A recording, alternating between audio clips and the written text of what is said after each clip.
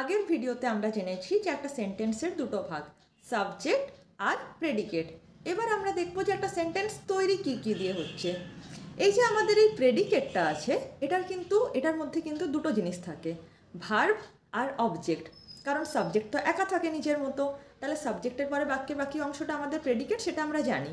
তাই প্রেডিকেটেরই দুটো পার্ট হচ্ছে ভার্ব আর অবজেক্ট। আর সেন্টেন্স তৈরি হয় এই সাবজেক্ট, ভার্ব আর অবজেক্ট দিয়ে। মানে সাবজেক্ট হচ্ছে আমাদের কর্তা, যে কাজটা করছে।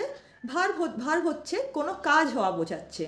আর অবজেক্ট মানে আমাদের কর্ম। অবজেক্ট হচ্ছে কি কাজ, মানে কি ধরনের কাজ হচ্ছে, বা কি দিয়ে যখন আমরা প্রশ্ন করি যে কি করছে, সেটার যে উত্তরটা পাই আমরা, সেটা হচ্ছে আমাদের অবজেক্ট। একটা খুব সাধারণ এক্সাম্পলের মাধ্যমে বুঝবো। ধরুন আমি বললাম she is reading a story book. সে একটা গল্পের বই পড়ছে। এই সেন্টেন্সটাতে শি হলো আমাদের সাবজেক্ট, ইজ রিডিং এটা হচ্ছে আমাদের ভার্ব, কারণ ইজ হচ্ছে আমাদের বি ভার্ব, অ্যাম ইজ আর এর মধ্যে আসে।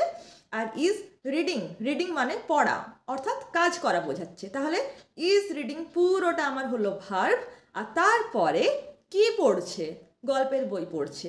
এই যে কি দিয়ে প্রশ্নের যে উত্তরটা আমি পেলাম, সেটাই হচ্ছে আমার অবজেক্ট। ঠিক আছে, তাহলে স্টোরি বুকটা হলো আমার অবজেক্ট।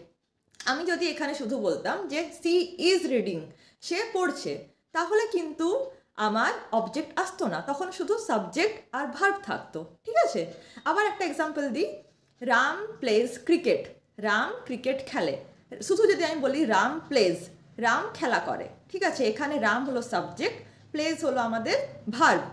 কি খেলা করে বা ও কি খেলে, কি এর উত্তর কিন্তু এখানে আমরা পাচ্ছি না। তাই এই ক্ষেত্রে আমাদের কিন্তু কোনো অবজেক্ট নেই।